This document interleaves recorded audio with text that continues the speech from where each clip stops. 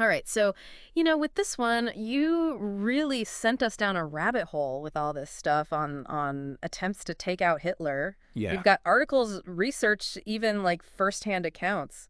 It's a lot. It really is a lot. Um, so we're talking like real history here, intrigue, and some seriously close calls when it comes to, Hitler's life. It's a really interesting way to look at history Right? because, we tend to focus on the successes, the assassinations that actually like rewrote the textbooks. Right, for total. But these failed attempts, they give you a glimpse into something else. Yeah. They show you the resistance that Hitler faced, like how far people were willing to go to stop him. Oh, yeah, for sure. And just how close it really was. Oh, totally. On a totally different timeline. Yeah, and one thing that's so interesting about the stuff you sent is like it really shows that the opposition to Hitler wasn't just like a fringe movement. We're talking politicians, military leaders, even just like everyday citizens. Absolutely. And they were all driven by this like mix of, outrage at what was happening and this like desperation to stop it. Yeah. It really makes you think like, what would I have done in that situation, It's a tough question. It is. It is a tough question. So like, where do we even begin with all this? Well, I think it makes sense to start with the early attempts. Okay. Which are kind of shrouded in mystery a little bit. Okay. Like, for example, the Hotel Kaiserhof incident in 1932. Okay. So picture this, right? Okay. Hitler's having dinner with his staff. Okay. And suddenly everyone gets violently ill. Oh, wow. Like food poisoning. That's what it seemed like some kind of poisoning. Yeah. But the thing is, we don't know for sure. Really? Who did it? It's like a spy movie or something. Exactly. Like was it a disgruntled chef or? It could have been anything. Yeah. The sources we have, they don't give us a clear culprit. So it's still a mystery? It's a total mystery. Huh. No one was ever caught. The case is still cold. Wow. And it really is a reminder that even back then in those early years, Hitler had enemies. Yeah.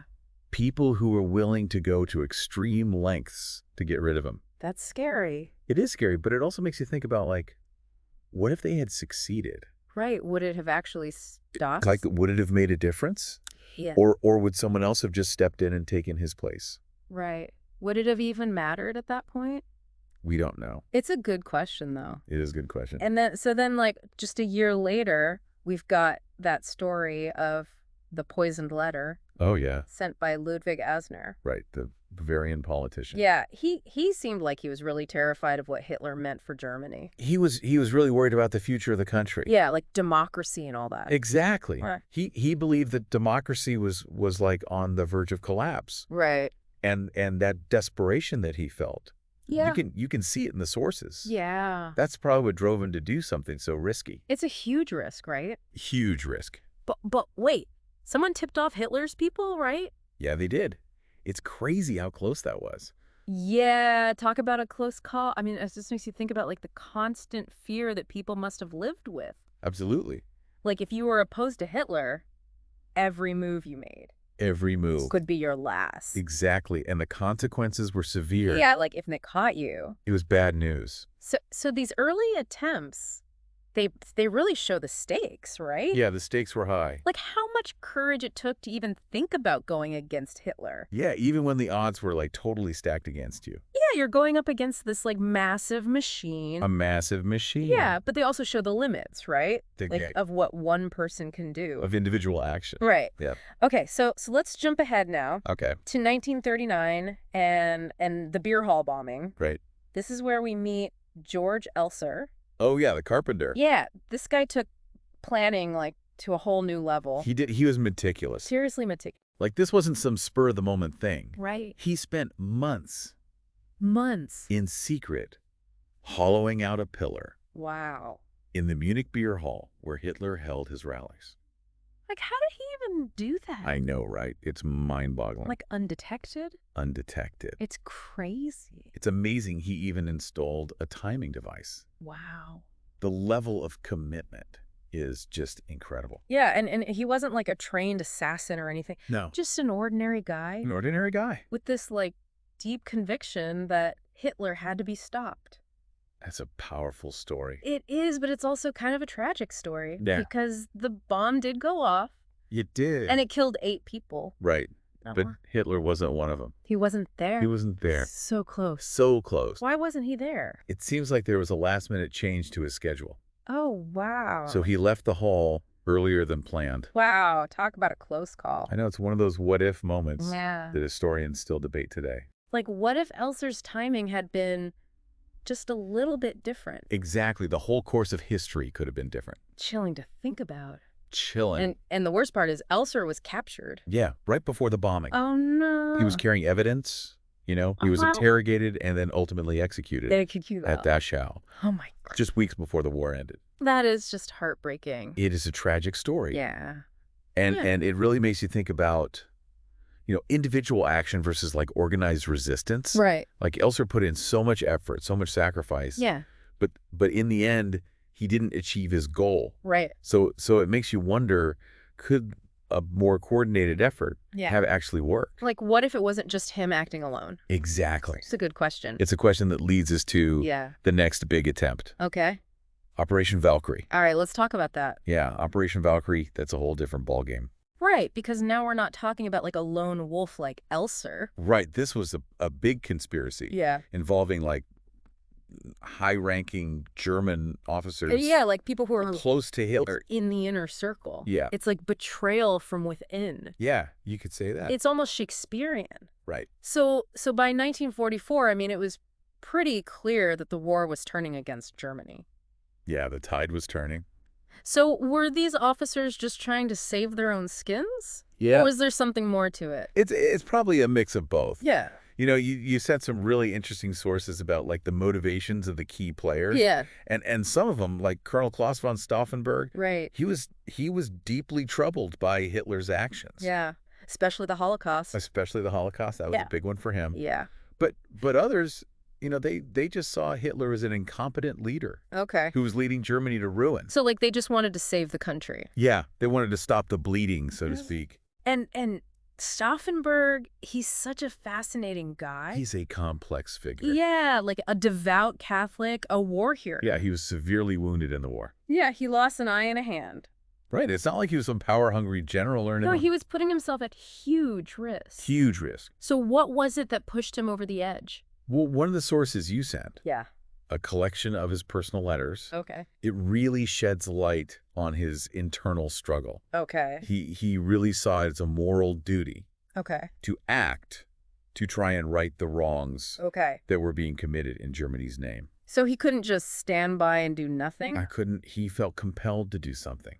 Wow. Even if it meant risking his own life. It's a heavy burden. It is a heavy burden. So how did they even plan to pull this off? Right. Operation Valkyrie, this wasn't just like a simple poisoning or a lone gunman. No, this was a much bigger operation. Yeah.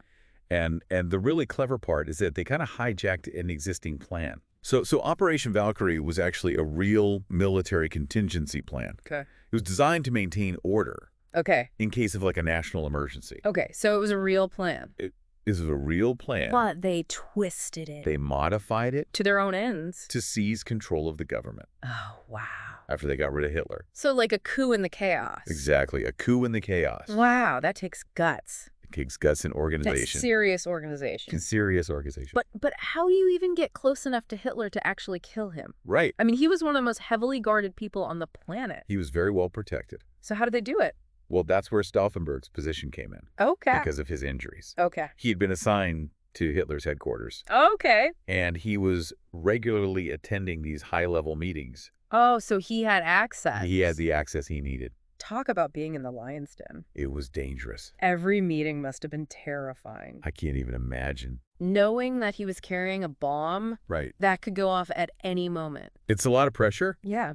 And on July 20th, 1944, this is it. He attended a conference at Hitler's headquarters. Okay.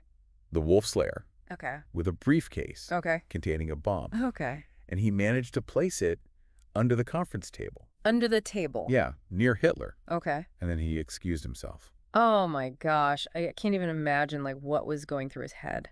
It must have been intense. The tension in that room. Yeah, as the minutes tick by. Tick, tick, tick. And what happened? The bomb detonated. It went off. It went off, causing a lot of damage. Okay. Killed 4 people. 4 people. But Hitler survived. Again. Another close call. What went wrong this time? Well, it seems like the briefcase Yeah. had been placed behind a table leg, Oh, no. a heavy oak table leg. So it shielded him. It shielded him from the full force of the blast. Oh my God, sometimes it's just like the smallest things I know, right? that make the biggest difference. It's incredible how these things play out. Unbelievable that he survived. Unbelievable. But what about Stauffenberg and the other guys? Right, the conspirators? They couldn't just escape after that? No, they couldn't. They were quickly rounded up Oh no. and executed. Executed. Stauffenberg was shot that same night. Oh my God. The whole thing triggered a wave of repression. Oh wow. Thousands of people arrested, tortured, executed. Just suspected of involvement? Yeah, just It's suspected. insane. It really shows the brutality of the Nazi regime. Yeah. You know, they weren't messing around. So failure on all fronts. Right. They didn't kill Hitler, Yeah. and they didn't spark a wider uprising. So was Operation Valkyrie just a pointless act of desperation? Well, not necessarily. Really? It did have some lasting impacts. Okay. How so? Well, for one thing, it shattered the illusion of control Okay. that Hitler had projected. I mean, here were members of his own military, Yeah, people he trusted. like people he trusted, plotting against him. Yeah, that must have shaken him. It shook the regime to its core. Wow. I mean, that sent shockwaves through the whole system. So even in defeat, Even in defeat, it was a powerful symbol. it was a powerful symbol. That resistance was possible. Exactly. Mm. And it wasn't just limited to, like, fringe groups or idealistic individuals. Yeah, it was coming from inside the house. It was within the Nazi power structure. That's huge. It's a big deal. And it probably made Hitler super paranoid. Right. It probably fueled distrust within his inner circle. Yeah, so even though they failed, Yeah, they might have weakened him in the long run. they might have in those final months of the war. Wow. So we've seen a lot of different attempts on Hitler's life, Yeah, we have. from lone wolf actions to these elaborate conspiracies. Right, a whole spectrum. What does it all tell us about the resistance movement in Nazi Germany? It really does. Right? It seems like resistance was coming from every corner.